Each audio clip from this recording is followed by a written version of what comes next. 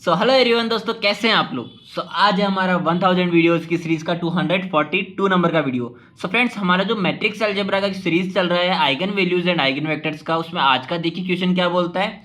और first of all तो आज जो मैंने क्वेश्चन लिया है वो एक स्टेटमेंट को प्रूव करने का क्वेश्चन है। ओके, और ये स्टेटमेंट हमारा बिलोंग करता है eigen values and eigen vectors की जो प्रॉपर्टीज है उससे, जो कि क्या बोलता है कि हमारे maximum number of distinct eigen values जो होती है वो साइज या फिर कह लीजिए ऑर्डर ऑफ द मैट्रिक्स के इक्वल होता है। यानी कि अगर मैं कहूं कि हमारी कोई एक मैट्रिक्स है ए, अब उस मैट्रिक्स को फर्स्ट ऑफ ऑल तो eigen value and eigen vectors निकालने के लिए हमारे पास में वो मैट्रिक्स एक स्क्वायर मैट्रिक्स की फॉर्म में होनी चाहिए। ओके, अब ये 2x2 की एक स्क्वायर मैट्रिक्स है। इट मीन्स मैं इसको क्या कह सकता हूं, it is the square matrix of order 2।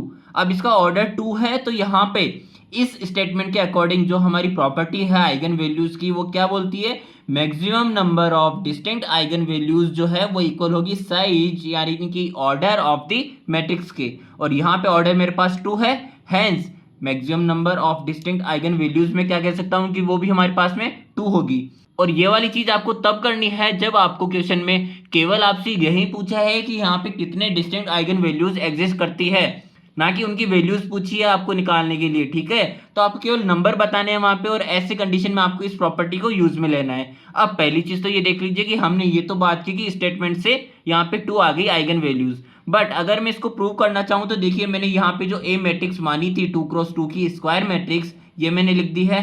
And then जो हम बात करते हैं आइगन वैल्यूज निकालने के लिए, तो आइगन वैल्यूज निकालने के लिए पहली चीज हम क्या करते हैं कि हमें जो भी मैट्रिक्स हमारे पास जो भी स्क्वायर मैट्रिक्स गिवन है उसकी कैरेक्टरिस्टिक इक्वेशन लिख देनी है।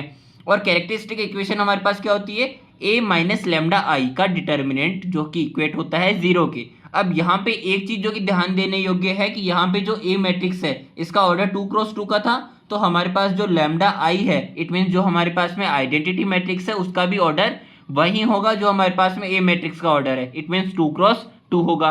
ओके, तो देखिए यहाँ पे मैंने a matrix minus lambda I को लिख दिया है डिटर्मिनेंट फॉर्म में एंड देन इक्वेट कर दिया है 0 के। अब यहाँ से मैं जब इसको माइनस करूंगा तो 5 minus lambda and 2 minus lambda, जो कि हमारी डायगोनल की वैल्यूज है केवल वही चेंज होगी, बाकी की वैल्यूज एज इट इज आ जाएगी। ओके, एंड यहाँ से जब आप क्रॉस मल्टीप्लाई करके इसका सॉल्व करेंगे डिटर्मिनेंट वैल्यू, तो आपके पास में आएगा lambda square minus 7 lambda plus में 7 इज इक्वल टू 0।